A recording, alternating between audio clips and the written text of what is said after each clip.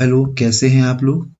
आज का जो मुख्य टॉपिक है वो टॉपिक है जो भी समाज कार्य है। समाज कार्य में एक टॉपिक हम लोग का आता है चिकित्सा समाज कार्य। इसके पहले हम जो भी दो वीडियो थे उस दो वीडियो में हम लोगों ने एक चिकित्सीय समाज कार्य का कैसे प्रादुर्भाव हुआ, कैसे स्टार्ट हुआ, इंग्लैंड में कैसे हुआ, फिर अमेरिका हुआ, तो यूएस वगैरह में हुआ, तो कैसे हुआ। दूसरी वीडियो में हम लोगों ने समझा था कि भारत में चिकित्सीय समाजकार का उदय कैसे हुआ, कहाँ पर हुआ, पहले जो मेडिकल सोशल वर्कर है उसकी नियुक्ति कहाँ पे हुई, ये सब के बारे में हम लोगों को जानकारी की थी। अब जो आज का जो तीसरा वीडियो है उस वीडियो में हम लोग ये समझेंगे कि जो प्रमुख स्वास्थ्य समितियां क्या है और उनका योगदान कैसा था चिकित्सा के क्षेत्र में। हम चिकित्सा के क्षेत्र में समझने की कोशिश कर रहे हैं, ठीक है। तो सबसे पहले देखिए, यदि हाँ, आज का लास्ट डेट है, यदि आप लोग कोर्स को लेना चाहते हैं तो अच्छी खासी आपको छूट मिल रही है। यदि आप वो लेना चाहते हैं तो केवल उनके लिए है जो कोर्स के लिए रेडी हैं, उनको लगता है कि हाँ कोर्स से जो लेंगे तो उनको कुछ फायदा होगा, तो ऐसे लोग बिल्कुल ले सकते हैं। आज अंतिम दिन है, यह 31 तारीख है, रात को 12 बजे तक ये ऑफर रहेगा। उसके बाद पहले वाले जो प्राइस होंगे उसमें आ जाएगा। तो यदि आपको लगता है तो बिल्कुल आप लोग ले सकते हैं। पार्ट ए, पार्ट बी और पार्ट सी अर्थात टेस्ट, इन तीनों को मिलाकर एक कोर्स बनाया गया है और भी बाकी कुछ कोर्स हैं, तो ऐसे कोर्स भी बनाए गए हैं। यदि आप लोग चाहते हैं इसमें एनरोल करना तो बिल्कुल आइए। चलिए स्टार्ट कर रहे हैं हम लोग। प्रमुख स्वास्थ्य समितियां और योगदान। जो भारत में चिकित्सीय समाज कार्य मतलब जितने भी हॉस्पिटल्स होते हैं वहां पर क्या है, चिकित्सीय समाज कार्य क्या है। वहां पर ये होता है जो चिकित्सा होती है, सामान्यता है डॉक्टर, नर्सेस, मेडिसिन, ये सब तो बिल्कुल होती है, लेकिन साथ ही साथ इसके कारण जो पेशेंट होता है, पेशेंट का एक साइकोलॉजिकल कैसा प्रभाव है, कैसा वातावरण है, किस प्रकार से समाज में वो रहता है, उसका उसकी स्थितियाँ कैसी हैं, परिस्थितियाँ कैसी है, सामाजिक, आर्थिक, भावात्मक, ये सब भी उसके स्वास्थ्य पर प्रभाव डालती हैं। तो इन सभी के बारे में हम लोगों ने पढ़ा हुआ है। अब हम समझते हैं कि कुछ सुधार किए गए थे चिकित्सीय समाज कार्य को लेकर, कुछ कमेटियां बनाई गई थी। उन कमेटियों का आधार क्या था, कैसे इन कमेटियों ने समाज में चिकित्सीय समाज कार्य जो भारत में है उसको एक बेहतर आधार प्रदान किया और उसको मजबूत किया। तो सबसे पहले हम लोग आते हैं स्टार्टिंग के तौर पे भोर कमेटी। यह 1946 में थी। इसने सबसे पहले मेडिकल सोशल वर्कर पद की आवश्यकता, किसकी, मेडिकल सोशल वर्कर पद की आवश्यकता बताई।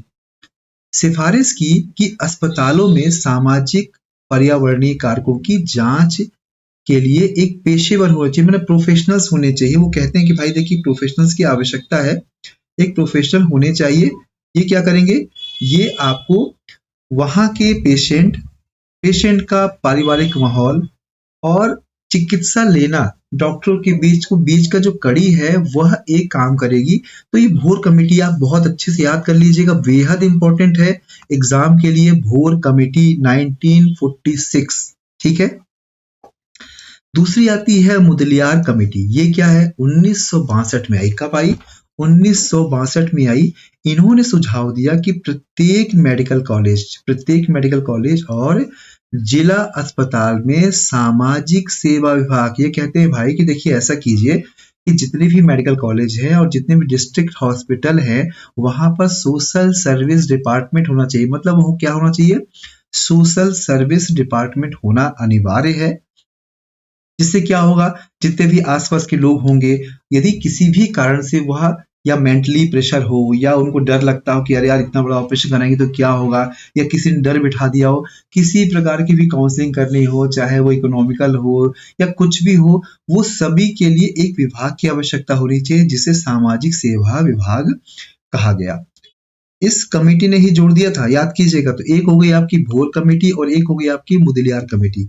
थर्ड नंबर पे आते हैं चड्ढा कमेटी। ये क्या है, ये 1963 की बात है। कब, 1963 में मलेरिया और परिवार नियोजन कार्यक्रम में सोशल वर्कर की भूमिका को रेखांकित किया गया। इन्होंने कहा भाई देखिए जब मलेरिया बहुत फैल रहा है, लोगों को साफ सफाई के बारे में बताना, अब डॉक्टर तो आके बताएंगे नहीं, वो तो भाई अलग प्रोफेशन में है।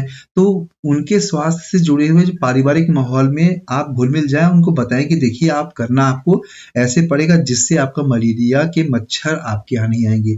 या परिवार नियोजन के जो विभिन्न कार्यक्रम हैं, महिलाओं को समझाना कि परिवार नियोजन क्यों आवश्यक है, बड़ा परिवार क्यों नहीं होना चाहिए, ये सब कौन करेगा? एक सोशल वर्कर की आवश्यकता है, उसकी भूमिका पर इन्होंने रेखांकित किया, मैंने एक चिन्हित किया कि भाई इनकी भूमिका ज़रूरी है। फिर एक नेक्स्ट आती है करतार सिंह कमेटी। पहली कौन सी होगी थी? भोर कमेटी 1946 में, दूसरा मुदलियार कमेटी 1962 में, तीसरी चड्ढा कमेटी 1963 में और चौथी है करतार सिंह कमेटी। देखिए, आप लोग यदि कोर्स नहीं भी लेना चाहते हैं तो आप एप्लीकेशन डाउनलोड कर लीजिए। आपको पहला टेस्ट, एक टेस्ट बिल्कुल फ्री है। आप लोग चाहें तो उसको एक बार, दो बार, कितने बार भी आप लोग दे सकते हैं, फ्री ऑफ कॉस्ट में है।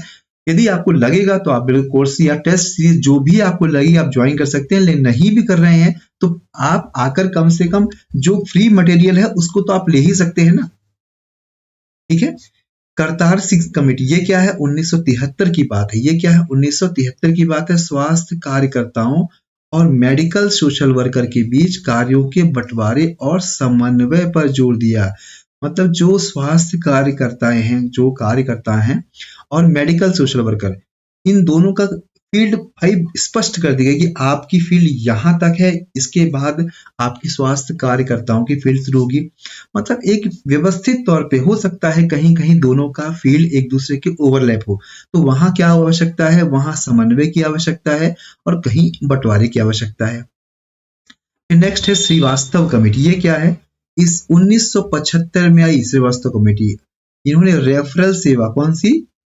रेफरल सेवा और सामुदायिक भागीदारी बढ़ाने में सोशल वर्कर की भूमिका स्पष्ट की है। क्या है? जो श्रीवास्तव कमेटी थी ना, वो क्या है? सामुदायिक भागीदारी और जो बढ़ानी, मतलब जो कम्युनिटी पार्टिसिपेंट है, कहीं ना कहीं आप कम्युनिटी में एक भाग बनिए, वो बढ़ाने में सोशल वर्कर की भूमिका स्पष्ट की। तो ये जो जितनी भी कमेटियां थी, ये कमेटी बहुत इंपॉर्टेंट है। पहला भोर कमेटी 1946, दूसरा Mudaliar committee 1962, Chadha committee 1963, Kartar Singh committee 1973, Srivastava committee 1975। ये पूरी कमेटियां आपको दिमाग में होनी चाहिए और किस कमेटी ने किस प्रकार का, ये अब बहुत अच्छे प्रश्न से बन सकते हैं। ठीक है। मेडिकल सोशल वर्कर की भूमिका और कार्य, हालांकि दो इसके पहले जो वीडियो थे उसमें भूमिका और कार्य से संबंध काफी कुछ हम लोगों ने पढ़ लिया है, लेकिन थोड़ा सा एक रिवीजन टाइप का समझ लेते हैं क्योंकि ये बेहद इंपॉर्टेंट है। पहला स्तर होता है कम मरीज के स्तर पर, मतलब पेशेंट लेवल पर उसकी क्या भूमिका होती है। सबसे पहली होती है मनोसामाजिक मूल्यांकन। ये क्या कहते हैं? मरीज की बीमारी के सामाजिक और मानसिक कारण। देखिए, जो पेशेंट बीमार होता है वो जरूरी नहीं है कि केवल एक ही कारण है उसका, बायोलॉजिकल या उसका फिजिकली प्रॉब्लम नहीं। कभी कभी उसकी मेंटली प्रॉब्लम भी, उसका मनोसामाजिक स्थितियां भी उसके लिए क्या होती हैं? प्रॉब्लम क्रिएट करती है और उसको बीमार करती है। तो उस कारणों को जब तक पता नहीं लगाएंगे तब तक ठीक नहीं कर पाएंगे। फिर नेक्स्ट है परामर्श। पुरानी बीमारियों जैसे कैंसर हो गया, डायलिसिस हो के दौरान मरीज और परिवार के मानसिक तनाव कम करना। अब जिसको पता है कैंसर जैसी बीमारी है, किडनी जैसी बीमारियां हैं, ऐसी बीमारियां, यदि वो व्यक्ति तो परेशान होगा ही जो पेशेंट है, लेकिन साथ ही साथ जो ऐसे व्यक्ति जो उसके घर से जुड़े हुए हैं, वो सभी लोग आर्थिक रूप से, सामाजिक रूप से, मानसिक रूप से सभी परेशान होंगे। तो ऐसे में परिवार के तनाव को कम करना भी एक इनका कार्य है। संकट हस्तक्षेप, ये क्या होता है? अचानक हुई मृत्यु, दुर्घटना या गंभीर बीमारी की स्थिति में परिवार को संभालना, मतलब अचानक कोई प्रॉब्लम आ गई तो उनको समझाना, बताना और कुछ रास्ते जो भी निकल सकते हैं उनको निकालना। पुनर्वास, ये क्या होता है? इलाज के बाद मरीज को समाज में वापस स्थापित करना, जैसे दिव्यांगों के लिए कृत्रिम अंग दिलाना, ये सब भी है। मतलब मान लीजिए पेशेंट गया हॉस्पिटल, ठीक हो गया, ठीक होने के बाद वापस आएगा, ठीक हो वापस आएगा, तो अब उसके पास काम नहीं है करने के लिए, कुछ नहीं, तो किस प्रकार से वह कैसा पुनर्वास कर पाएगा समाज में, इसकी बात की भी व्यवस्था सोशल वर्क करता है। फिर आता है क्या है? ये हाँ, खा नंबर है अस्पताल के स्तर पर। पहला हो गया मरीज के स्तर पर, दूसरा हो गया अस्पताल के स्तर पर। ये क्या है? सरकारी योजनाओं का समन्वय, जितने भी गवर्नमेंट स्कीम्स हैं उन स्कीम्स का क्या है, कॉम्बिनेशन इकट्ठा करना, कोऑर्डिनेशन करना। जैसे कौन सी है, आयुष्मान भारत योजना, मुख्यमंत्री राहत कोष आदि योजनाओं का लाभ किसको पहुंचाना, पेशेंट को। यदि वो गरीब पेशेंट है, उसके पास पैसे नहीं है, वो करना चाहता है कुछ, अपना इलाज करवाना चाहता है लेकिन उसके पास पैसे नहीं है, तो बहुत सी गवर्नमेंट स्कीम है उनका एक समन्वय करके उसके लिए बेस्ट तरीके से एक व्यवस्था करना जिससे वो अपना इलाज करवा सके। नेक्स्ट, अंग प्रत्यारोपण समन्वय, अंग दान के लिए काउंसलिंग और कानूनी कागजी कार्यवाही करवाना। अंग दान मतलब मान लीजिए कोई अपना अंग दान कर रहा है, किसी को जरूरत है, तो उसके लिए बहुत सारी डॉक्यूमेंटेशन होता है। क्यों? क्योंकि ऐसा तो नहीं वो अपना अंग बेच रहा है। तो इस सब की बातों क्या करते हैं वो, विशेष तौर पे कानूनी कागजात भी तैयार करवाते हैं और काउंसलिंग। मान लीजिए किसी ने कहा कि हाँ मैं अपना अंग दे रहा हूँ, तो उसको बताना कि भाई तुम अपना अंग दे रहे हो सामने वाले को, तो तुमको कुछ नहीं होगा, तुम टेंशन मत लो। ये सब काउंसलिंग करना। फिर डिस्चार्ज योजना, ये क्या है, यह सुनिश्चित करना कि मरीज घर जाने के बाद सुरक्षित वातावरण में रहे। फिर तीसरा स्तर कौन सा है, ये है समुदाय के स्तर पर स्वास्थ्य शिक्षा रक्तदान शिविर, मतलब समुदाय में भी हम क्या करना है, व्यवस्थित करना है, देखना है कि भाई हमको ऐसी व्यवस्था करनी है जिससे समुदाय भी उसमें पार्टिसिपेंट दे सके, अपना योगदान दे सके। जैसे स्वास्थ्य शिक्षा हो गई, रक्तदान शिविर देखा होगा आपने, लोग ब्लड दान कर रहे हैं, क्यों कर रहे हैं, क्योंकि जब कभी आवश्यकता होगी तो किसी को काम आएगा। ये इतना हो गया। अब एक होता है आचार संहिता, मतलब ethics of medical social worker के लिए कुछ आचार संहिता होती हैं, वो हम लोग पढ़ेंगे जिससे वो अपने कार्य को किस प्रकार से नैतिक आधार पे करेंगे उसको समझेंगे। सबसे मेन होता है गोपनीयता। यदि वो किसी पेशेंट से जुड़ा हुआ है, मान लीजिए किसी भी मरीज के पास बीमारी है, कुछ भी हो, तो उसकी जानकारी को निजी रखना, किसी को अनऑथराइज तरीके से नहीं बताना जिससे उसको लगे यार यार वो जान गया। ये कभी कभी ऐसा होता है, एड्स जैसी बीमारी होती है ना, तो वो सब बीमारियों क्या है ना, गोपनीय रखना। फिर नेक्स्ट क्या है, आत्म निर्णय का अधिकार। ये क्या होता है, मरीज पर कोई निर्णय थोपना नहीं है, निर्णय तुमसे कोई नहीं थोपेंगे, जो भी निर्णय होगा वो बेहतर होगा, बल्कि उसे सही जानकारी देकर निर्णय खुद लेने में सक्षम बनाना।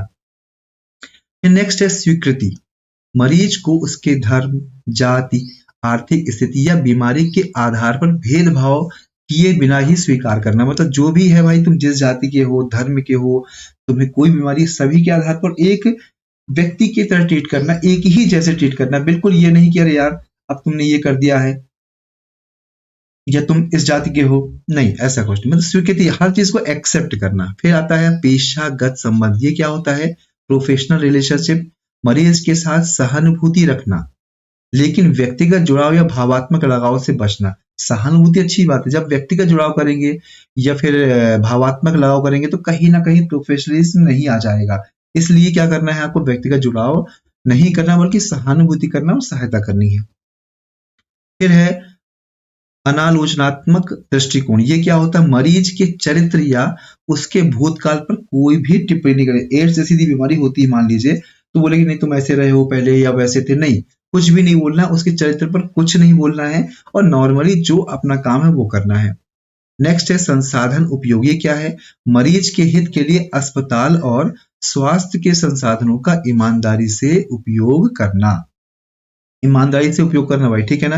जितने भी संसाधन होंगे, ऐसा नहीं कि यार हम अपने लिए कुछ करें, नहीं नहीं, जो भी होगा उसी के लिए अपन काम आएगा, ठीक है। कुछ सिद्धांत हैं इनके मेडिकल सोशल वर्क के। क्या क्या सिद्धांत है, पहला सिद्धांत है व्यक्तिकरण का सिद्धांत। ये क्या करता है, हर मरीज की समस्या और उसका समाधान अलग अलग होता है। एक जैसा ट्रीटमेंट सभी मरीज के साथ नहीं होता है। जैसे आपने एक मेडिसिन, जैसे कोई इलाज करेंगे, एक जैसा सबके साथ नहीं, कुछ ना कुछ तो उसके साथ डिफरेंट होगा। तो वो भी ध्यान रखना है कि जब भी कोई काम हो तो अलग अलग हर प्रकार से करना है। दूसरा है आपका नियंत्रित संवेगात्मक भागीदारी। ये क्या होती है, अपनी भावनाओं को काबू करना, रकम मरीज की हेल्प करना, मतलब भावनाओं हम काबू करेंगे और उनकी हेल्प करेंगे। फिर सहभागिता, ये क्या है, योजना बनाने में मरीज और उसके परिवार को शामिल करना। यदि मान लीजिए कोई ऐसी बड़ी समस्या का सामना है कुछ भी, तो जो भी प्लान करे वो पेशेंट के पेरेंट्स के साथ मिलकर करें। अभी वर्तमान में करंट चैलेंजेस क्या क्या है, पहला है तो अस्पष्ट भूमिका है। कई बार अस्पतालों में केवल लिपिक का काम दे दिया जाता है। लिपिक मतलब आप लिखा पढ़ी करो, बस यही काम है। ऐसा अक्सर होता है, मेन काम तो उससे करवाया नहीं जाता, तो ये है कि करवाया जाए। दूसरी चुनौती क्या है? जनशक्ति की कमी। मरीजों की तुलना में सोशल वर्कर की संख्या बहुत कम है। देखिए भर्ती हो रही ना, क्यों हो रही है? इसीलिए हो रही है, इसीलिए हो रही है ना कि आप बेहतर तरीके से करें। फिर आपका है पंजीकरण, रजिस्ट्रेशन। भारत में अब जितने भी हैं एक्ट, जितने भी हैं एनसीएएचपी एक्ट 2021 के तहत इनके पंजीकरण और मानकों को सुधारा जा रहा है। तो ये आपका थर्ड वीडियो है। इसमें लगभग आपके उसके कुछ मुख्य सिद्धांत हो गए, वर्तमान में चुनौतियां हो गई, और साथ ही साथ उनके एथिक्स भी हो गए। ये सभी आपने पढ़ा, ठीक है। Okay, thank you. हाँ, यदि आज लास्ट डे है, यदि आप लोग पढ़ना चाहते हो, आप लोग कोर्स लेना चाहते हो, तो प्लीज आज ही ले लीजिए। नहीं लेना है तो कोई दिक्कत नहीं, लेकिन लेना है तो आप आज ही करिए, जिससे आपको मैक्सिमम डिस्काउंट मिल सके। ठीक है, okay, thank you very much.